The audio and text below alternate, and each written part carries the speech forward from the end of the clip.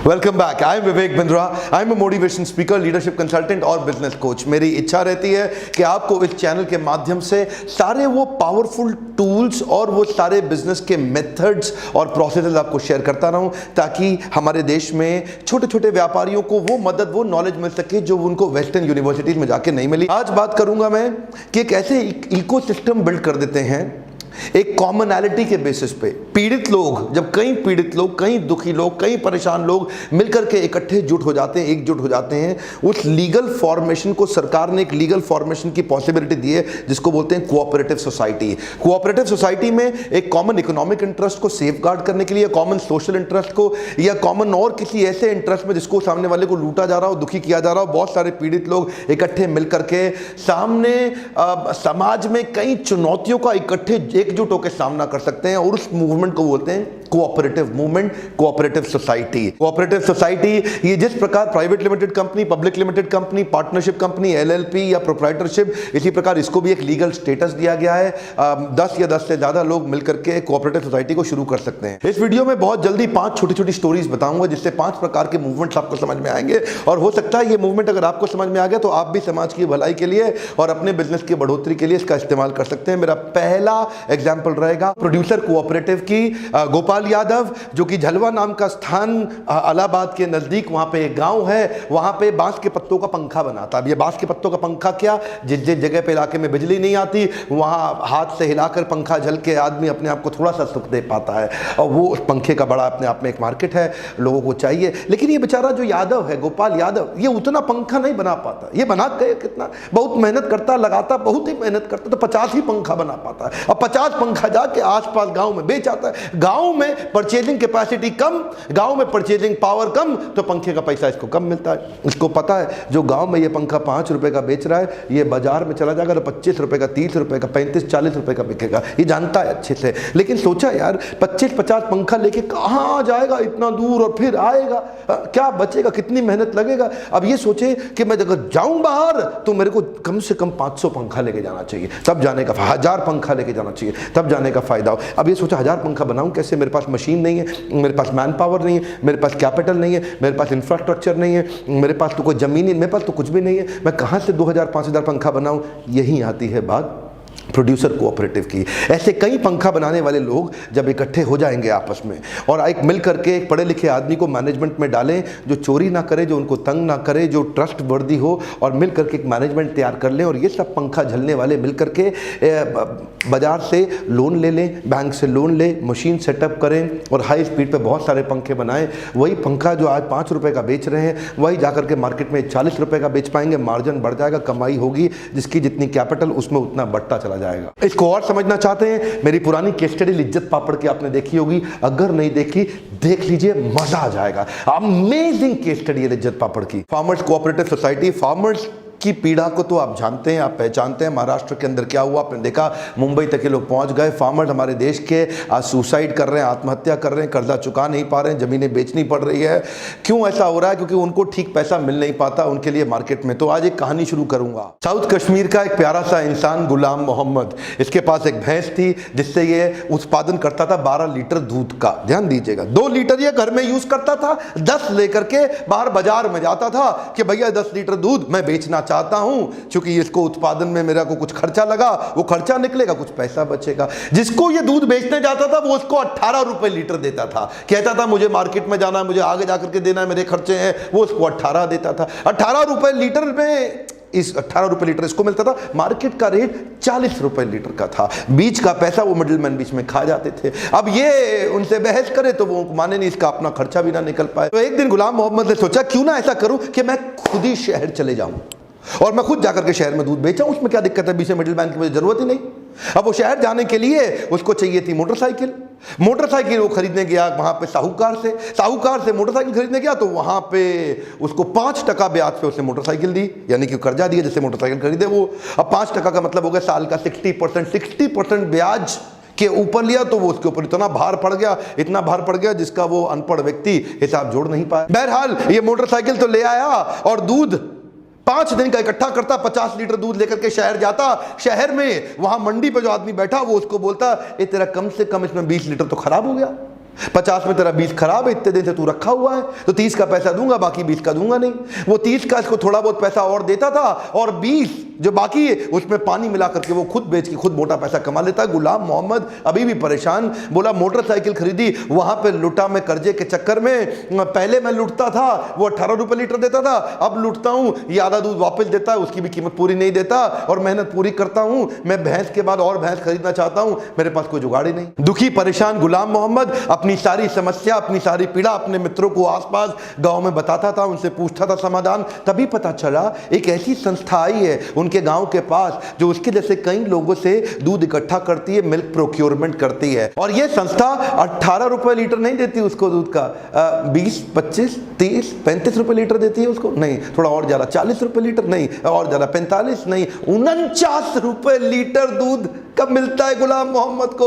और इस संस्था का नाम क्या है? अमूल। इसको बोलते हैं सहकारिता, इसको बोलते हैं कोऑपरेटिव मूवमेंट, कोऑपरेटिव सोसाइटी की ताकत। अमूल ने ऐसे कई लोगों को व्हाइट रेवोल्यूशन, श्वेत क्रांति के माध्यम से उनको सही पैसा दिलाया। वो पैसा इमीडिएट देता है, कोई उधारी का चक्कर नहीं, पूरा दूध लेता है फ्रेश, रोज आके कलेक्ट करता है। इस गुलाम मोहम्मद को शहर जाने की आवश्यकता नहीं, गुलाम मोहम्मद के घर के नजदीक आ जाता है। इसे कहते हैं सहकारिता। अमूल का आज टर्नओवर 38,000 करोड़ रुपए का, एक कमॉन कितना, 38,000 करोड़ रुपए का। अमूल हमारा क्लाइंट भी है। और खुशी की बात बताएं, पिछले 7 साल के अंदर अमूल ने 24 रुपए लीटर से रेट को बढ़ा के 49 रुपए लीटर कर दिया, जो आज एक किसान को अमूल देता है। जो किसान, देखिए ध्यान दीजिए, ये इतना पैसा जो अमूल बढ़ा रहा है, मेरा मन करता है अमूल के ऊपर एक पूरी केस स्टडी बना दूं। अगर आप चाहते हैं कि अमूल पे पूरी केस स्टडी सुनना तो नीचे कमेंट बॉक्स में जरूर बताइएगा, ज्यादा लोगों का कमेंट आएगा तो अमूल पे भी केस स्टडी दूंगा। मेरा तीसरा उदाहरण है housing cooperative society. Housing cooperative society भी बनाई गई है कुछ बिल्डरों के द्वारा, बहुत सताए जाने के कारण, उनके साथ तंग करने के कारण।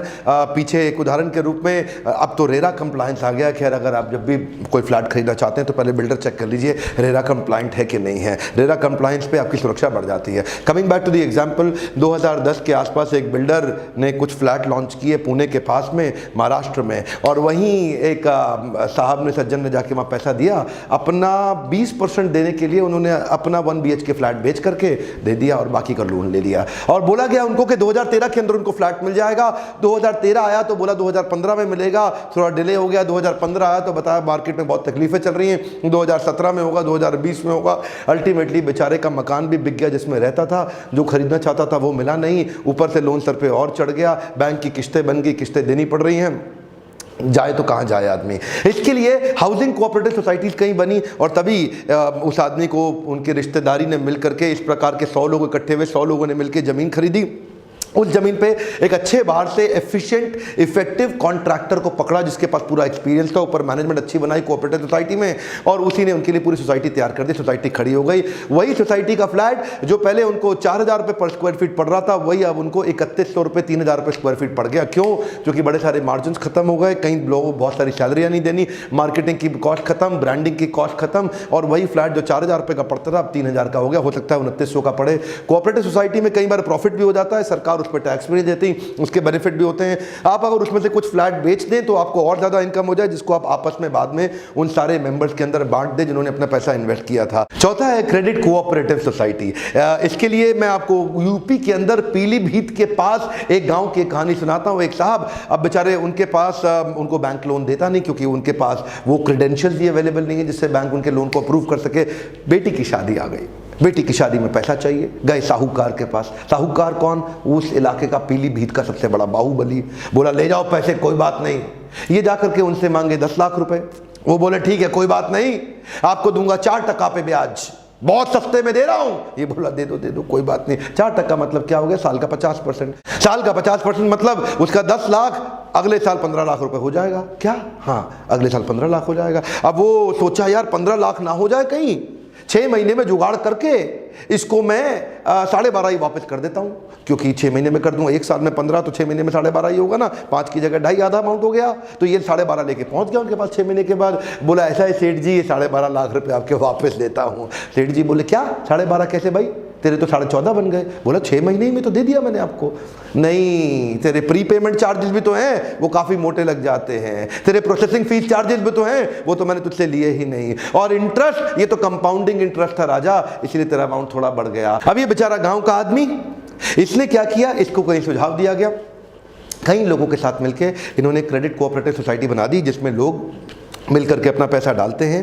पूरा पक्के खाते में पैसा जाता है, सब मिलकर अपना डालते हैं। जो जिस प्रपोर्शन में डालते हैं उस प्रपोर्शन में इनको मनी लेंडिंग का बाद में बेनिफिट मिलता है। जिसको चाहिए वो उसमें से विड्रॉ भी कर सकता है। तो पहले जो 50% पे करना पड़ रहा था, अब वो 10% पे बोरोइंग कर पा रहे हैं, यानी कि एकदम अचानक 1/5 हो गई इनकी कॉस्ट। बिहार में भागलपुर के नज़दीक एक पास के गाँव में शंभू नाम का आदमी रहा करता था। वो शंभू जो दुकानदार के पास गया 1 लीटर तेल लेने के लिए, तो उस पर MRP लिखा हुआ 225 रुपए। MRP तो आप लोग जानते हैं ना, मैक्सिमम रिटेल प्राइस, यानी कि उससे ज़्यादा नहीं चार्ज किया जा सकता। वो दुकानदार उससे 250 रुपए मांगता। वो बोला भैया ज़्यादा क्यों मांग रहे हो? दुकानदार बोला मुझको दूर जाकर शहर से लाना पड़ता है, मेरी एक्स्ट्रा कॉस्ट आती है, इसलिए तो मैं लूंगा ही लूंगा।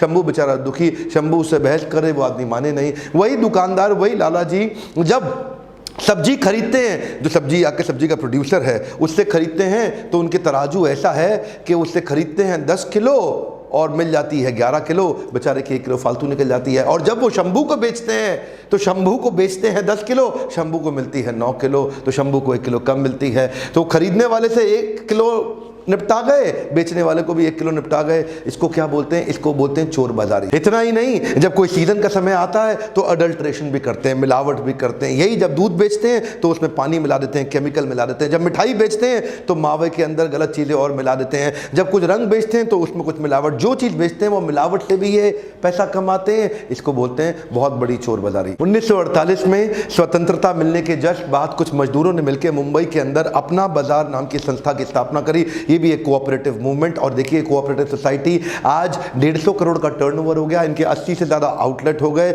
और देश भर में इसका नाम इतना हो गया। अपना बाजार, ये सहकारिता का मूवमेंट जो इस प्रकार की चोर बाजारी से लोगों की, अपने आसपास के लोगों की सुरक्षा करता है, उनको सही दाम दिलाता है। 2 बातें और बताना चाहता हूँ। कोऑपरेटिव सोसाइटी के कुछ नुकसान भी होते हैं, कुछ तकलीफें भी होती हैं, जिनके कारण ये पनप नहीं पाते, ये चल नहीं पाते। पहला कि फंड लिमिटेड रहते हैं, ज़्यादा फंड कभी मिल ही नहीं पाते क्योंकि लिमिटेड लोग ही साथ में रहते हैं। दूसरा, लैक ऑफ सीक्रेसी, इसमें चीज़ें आप कॉन्फिडेंशियल रख नहीं सकते। जो मेंबर्स हैं उनमें हर एक को हर एक चीज़ पता रहती है, इसलिए कंपनी की स्ट्रैटेजी बाहर चली जाती है। अगला है, पब्लिक को कॉन्फिडेंस आता नहीं है, क्योंकि कई बार कोऑपरेटिव सोसाइटी के लोग पैसा लेके उड़ गए, निकल गए, या धांधलेबाजी कर गए, या टॉप पे बैठे लोगों ने कम पढ़े लिखे लोगों का बेवकूफ बना के उनके पैसे का दुरुपयोग कर लिया। कई बार कम शिक्षित लोग उसको करते हैं तो मैनेजरियल स्किल की कमी होती है, तो lack of managerial skills. Efficiently ना चलाया जाए तो लॉस भी हो सकता है। अलग अलग प्रकार के लोग इकट्ठे आते हैं तो आपस में कॉन्फ्लिक्ट अमंग मेंबर्स, ये भी एक चुनौती है। और किसी की पर्सनल बहुत बड़ी कमाई नहीं होती, तो इसलिए लैक ऑफ मोटिवेशन भी एक दिक्कत रहती है। और फाइनली, क्योंकि ये एक लिमिटेड स्कोप की कंपनी है तो लिमिटेड जगह रह जाती है, ये पूरे देश भर में, दुनिया भर में नहीं फैल पाती। बहरहाल इन सब चुनौतियों का सामना करते हुए कई कंपनियां निकली, पूरे देश में, पूरी दुनिया में फैली। अमूल उनमें से उदाहरण है, लिज्जत पापड़ उदाहरण है। आप चाहते हैं क्या उनके ऊपर मैं और उदाहरण और केस स्टडी बनाऊं, तो अमूल के ऊपर पूरी केस स्टडी बनाने की इच्छा तो रखता हूं। और दूसरी बात बताऊंगा, कोऑपरेटिव सोसाइटी बनाने की प्रक्रिया क्या है, उसका मैं नीचे आपको डिस्क्रिप्शन में लिंक दूंगा। आप फेसबुक अकाउंट पर जाइए, वहां पूरा आपको प्रोसेस का शीट मिल जाएगा। अगर आप अपनी कोऑपरेटिव सोसाइटी बनाना चाहते हैं तो किन स्टेप्स को फॉलो करना चाहिए। बहरहाल 100 बात की एक बात, एजुकेशन पे, अपनी लर्निंग पे इन्वेस्ट करना ही चाहिए। मैं कई प्रकार के ट्रेनिंग प्रोग्राम्स कर रहा हूं, जिसमें लीडरशिप फनल भी है। इसके अलावा भी बाउंस बैक सीरीज, मैं देश भर में छोटे छोटे शहरों में जाकर के बाउंस बैक सीरीज के इवेंट कर रहा हूं। ये 2 अलग अलग फोन नंबर है, दोनों में से किसी में भी आप काउंसलर को फोन करके पूछ सकते हैं आप किस प्रोग्राम में जाना चाहते हैं। नीचे कॉमेंट बॉक्स के मैंने आपको बता ही दिया, आप अगला केस स्टडी कौन सा देखना चाहेंगे डिस्क्रिप्शन में चेक कर लीजिएगा लिंक। सहकारिता को खोलने और बड़ा करने के लिए किन स्टेप्स को फॉलो करना चाहिए।